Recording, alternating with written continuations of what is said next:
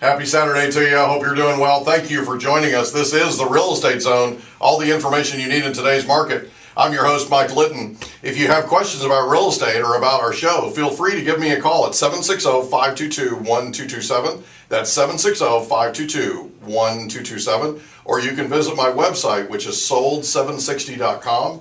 That's SOLD760.com. Our mission here is to promote homeownership, and Habitat for Humanity San Diego promotes homeownership like no other. We're working with them currently to build a project in Escondido that consists of 10 duplex units and a home specifically designed for a beneficiary of the Wounded Warrior Foundation.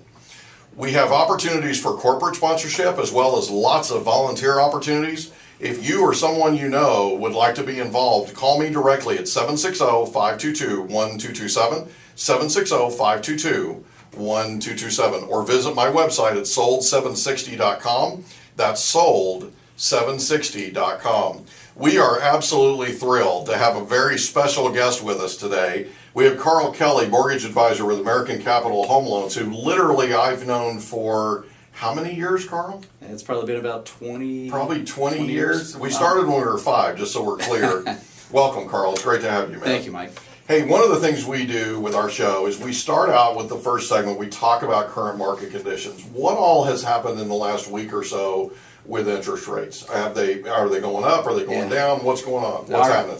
So what's happened is in the market, it was fairly steady during the first part of the week.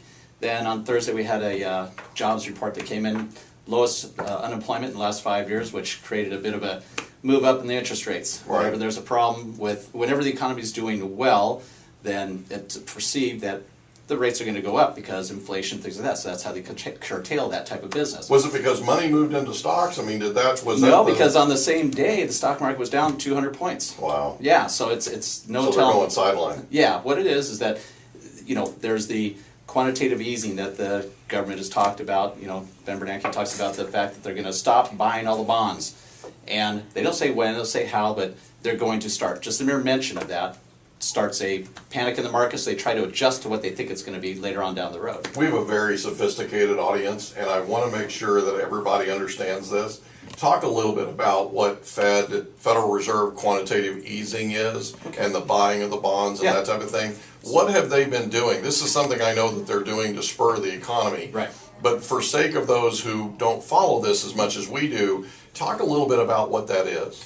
Well, what happens is the government actually puts, to make it kind of in the layman's terms, they buy $85 billion or so per month of these bonds. Per month of these bonds to help keep the rates down. And they're using your bank account to using do that? Ours. So you're writing a check every month for $85 billion? Well, not me personally, but Oh, come on. You and I both know you got it. Come on, big guy.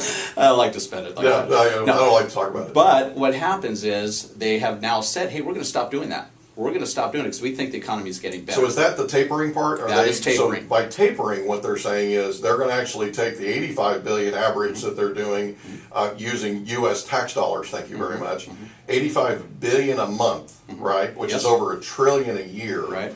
What they're saying is they're going to come back and they're going to start tapering that number. So maybe next month they buy $82 billion. Maybe next month they buy $80 billion, that kind of thing. They're not telling us what it's going to be. There's the problem, though. Right. Right. But they're telling us that they're going to taper. Right. The reason it's a problem is because they don't know how much they're going to taper. It could be $5 billion. It could be $40 billion. Right. They don't know. So everybody's trying to play this guessing game of what's actually going to happen. So if you're a bond trader, you're scared. You're scared of your own shadow, right? You're jumping out of this thing like there's no tomorrow because you don't know. And let's talk a little bit about. I don't want to get into all the minutia, but we need to talk a little bit about how this works. I get questions like this all the time, several times a week actually, from people who don't understand what's going on and why it's happening the way it's happening. So let's talk about it specifically.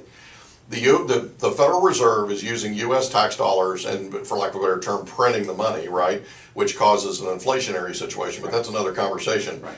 They're printing the money that's $85 billion a month, and they're basically taking that money and they're buying bonds, which does what? Which actually drives up the price of the bond. So you infuse $85 billion in capital, you buy the bond, the price of the bond rises. Right.